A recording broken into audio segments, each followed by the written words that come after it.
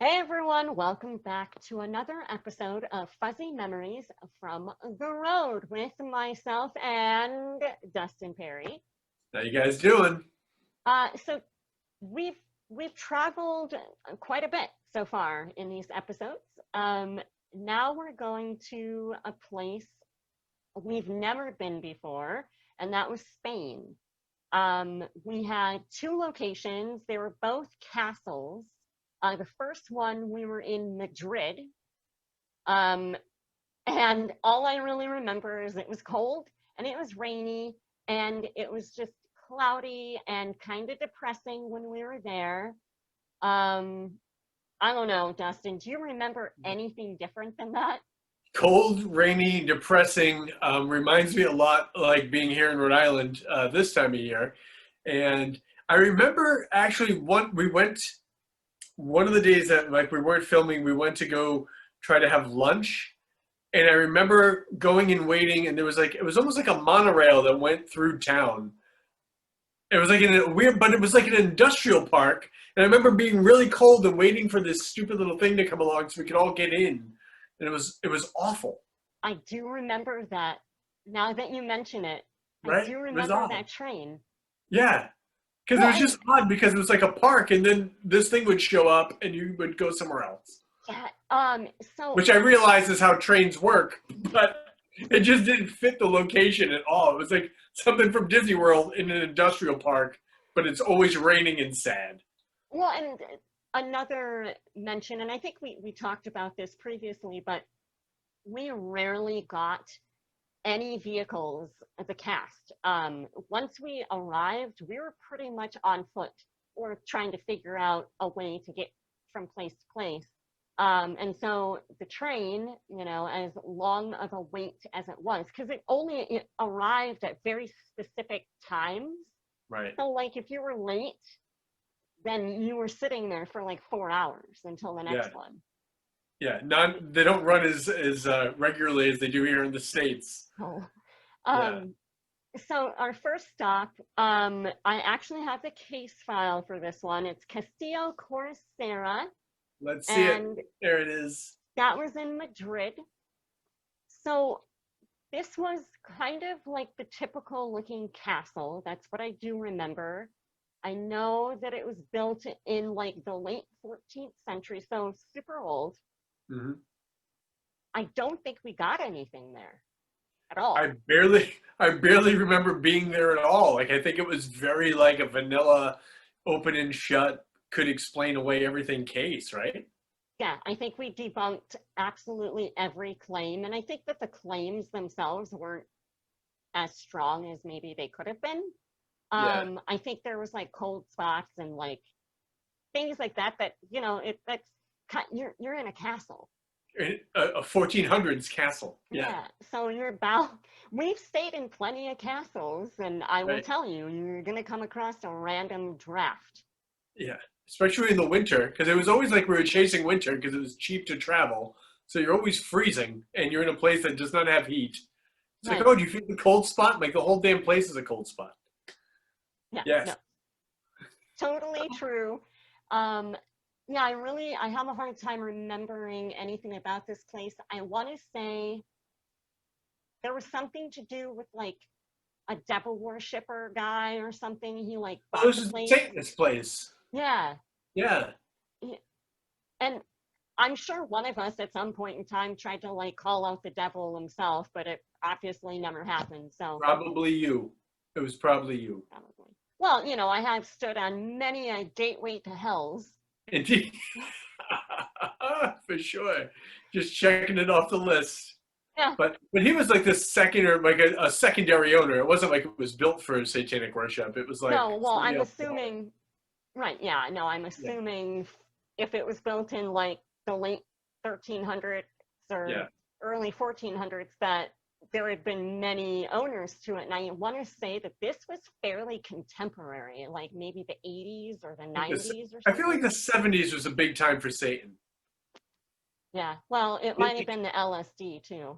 There's a lot going on then. Yeah. But there was no Satan when we were there. There was Just a whole bunch of debunking going on. yeah, but which was good because I mean that was I personally think, and I think you'd agree, was one of the nice things was as long as we could debunk something, as long as there was a story arc, like we called these guys in for this, they found out it was that, they explain to the client, they get back in the SUVs and go somewhere else.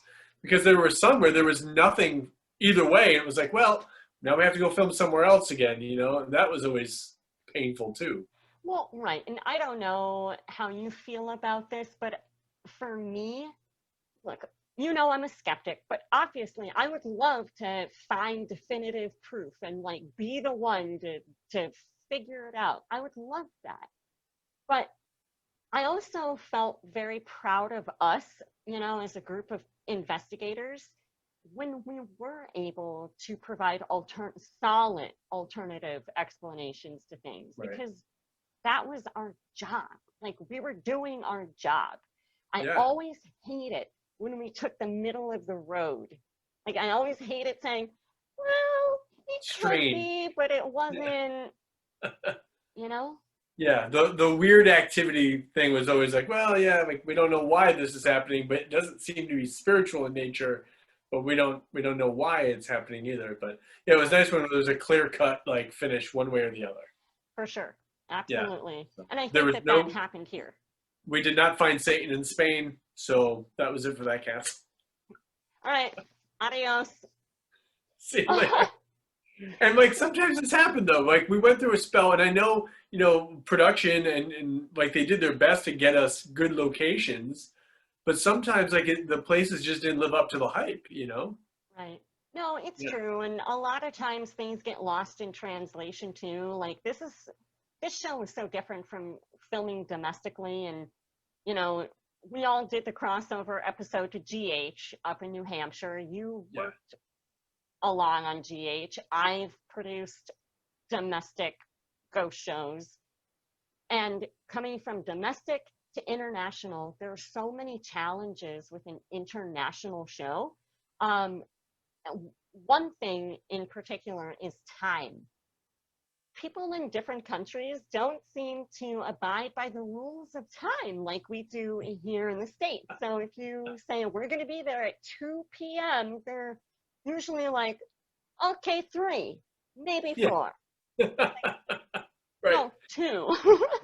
And then they would be offended if you like call them out on like, well, you said, well, yeah, but this and that. It's like, but it's like a whole different way of life, you know? It's like, It whatever. really is. And then you have the language barriers and the cultural differences. There are a lot of things that come into play when you're doing a show like this, especially when it's kind of boom, boom, boom, back to back to back locations. We really never stopped. No.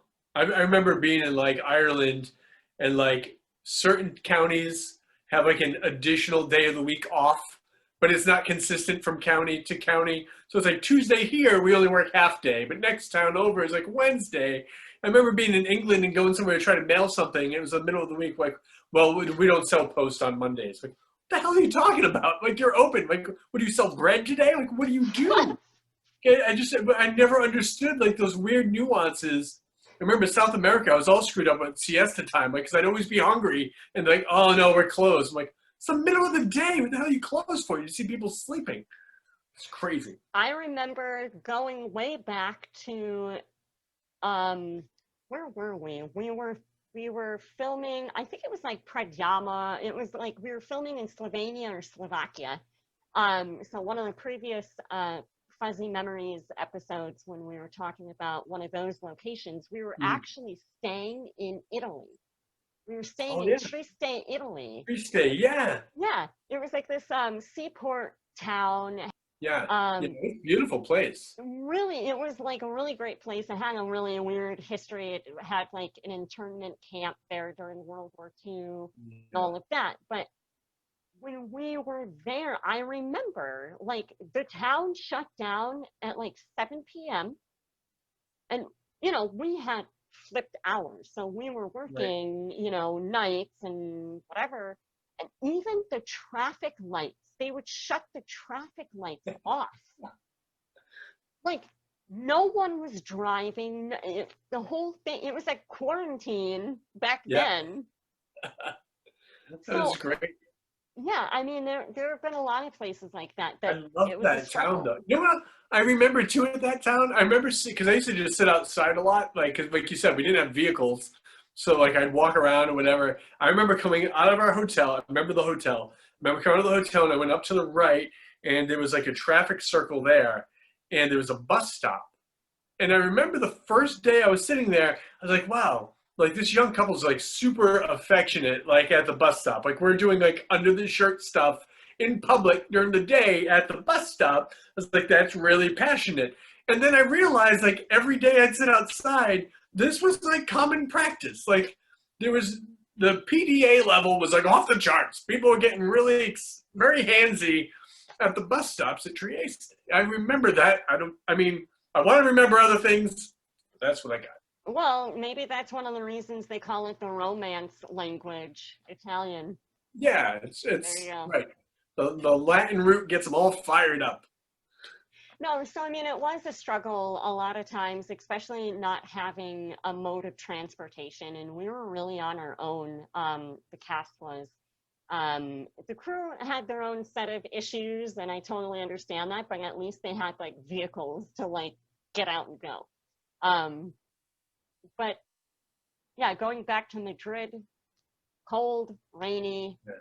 couldn't really go in anywhere. Everything was shut down. It was like I think it was also King's Holiday like weekend or something. There was Yeah, some other thing going on, Three Kings Holiday or something. yeah. There wasn't. I was expecting it to be like a Bugs Bunny cartoon, like with the bullfight. Like there was going to be like matadors everywhere. Like that's what I was picturing. Like olive trees, like and olive skin ladies dancing around. And a matador, and it was cold and gray. Not a Yep. splash of red to be seen. Yeah. So moving on then from Madrid and Corusera, we did another location that was another castle. Hmm. And I have the case file for this one. It's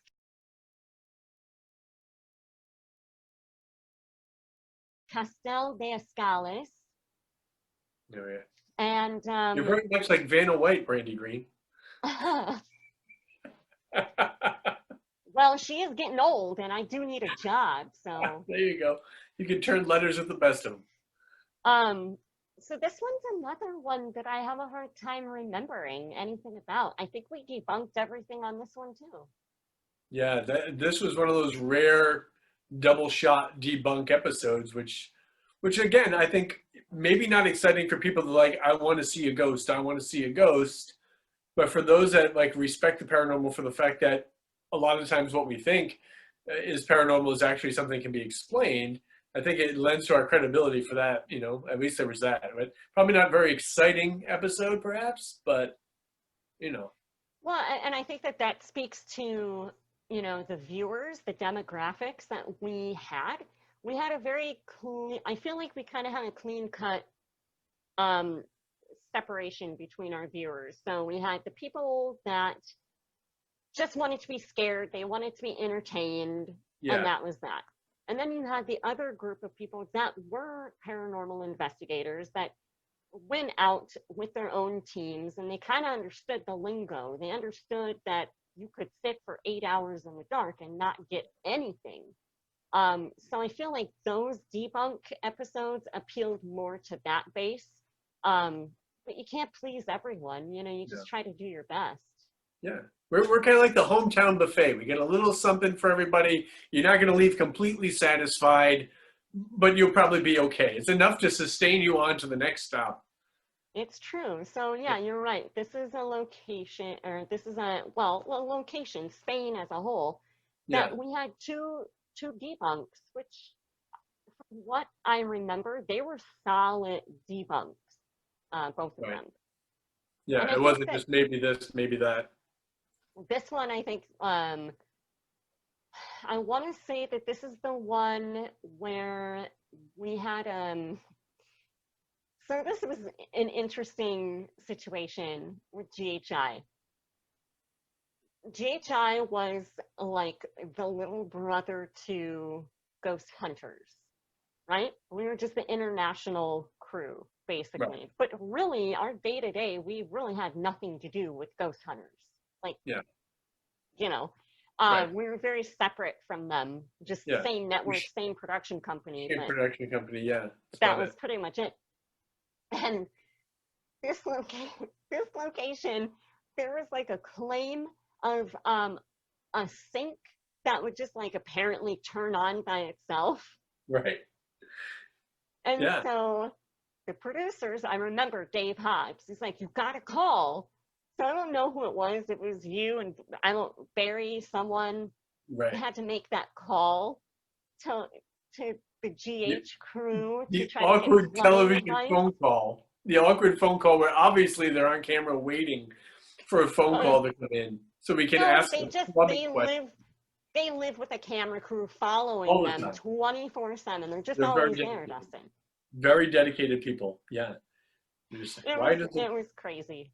Can we call you and ask you a plumbing question from Spain? The flapper valve seems to be stuck. Could you talk me through the chain, why it's hung up? Dear Lord. But that's the magic of TV. Yeah, so that happened. So that Anyway. happened. We connected the shows. In case you've been watching for a while and you didn't realize some of us were part of this other program, or that we had mostly the same title, here was the connection. Water brings us all together across the world in the massive continents. Here we are. Yep. So that actually brings a good point. I still get people thinking that like you, me, and the rest of the GHI group are like this team that investigates like off camera, and we're just like a team forever, Right. And that's Yeah. how it is. And no, I mean, what was kind of cool about GHI versus Ghost Hunters was, I think, and you can probably speak to this more than I can, the Ghost Hunters, you were all a part of the tax like family outside of the show, like you were all connected in that way. And GHI, while there were a number of tax members, we weren't all part of the tax family. Like I had nothing to do with tax at all when I came to the show, and I still don't. So it was kind of cool to have people from all different types of groups and ways of thinking and ways of doing things coming together, forming a group like that. Yeah, we're kind of like a super group, perhaps. Like if, we could have been like the BTS of like our day, if only we had good dance moves or something. But yeah, it was, but yeah, I think there was that understanding from the viewers that these people have been working together forever. Like, and it wasn't that way, but it doesn't mean we couldn't work together. It was just, I think the perception was this is just an international group, basically like the home group in the States, but it just wasn't that way, so, but it was still fun. No, it was. And like I said, I think it was nice to have, I mean, like Barry, for instance, he believed in fairies and he believed in all of those things. And me being the skeptic, it's like, what? You believe in nothing. Yeah. Nihilism. Nothing. I just believed in myself. No, but it was nice though to have. I haven't heard one of those no's in a long time. It's got like several no. It's like several octaves of oh. I missed that, Brandy Green. So good. Oh, we always give Brandy the hardest time about some of the things she would say, but that no is classic. Loved it. Well, I'm glad I could, oblige. That was a nice little fuzzy memory you just dusted off there for sure. It's very true. We don't remember a lot from Spain, but at least there's that. Yeah, there's that. There was the monorail. It was cold. It was wet. We debunked everything. Satan wasn't at the castle, and we had to call for plumbing questions. But Yeah. yeah, you know, we still had a good time. It was all right. Well, you know, hey, we went to Spain and we can Yeah, add 2 more castles to the list of places we've been. yeah, for sure, Yeah. for sure. I wish I could remember more. Yeah, so do I. But apparently there wasn't much to remember. Not so much. All right. Thanks, Spain. Well, you can't win them all. No, indeed, indeed. All right. So by now, everyone should know you can watch episodes of GHI on Peacock TV. It's an app you can get on your phone, on Roku, and probably any other device you own.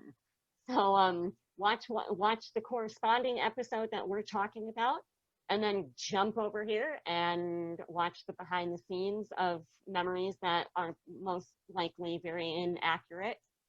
Most likely. But we're proud of it. So that's all that matters. All right, guys. See you next time. Thanks, everybody.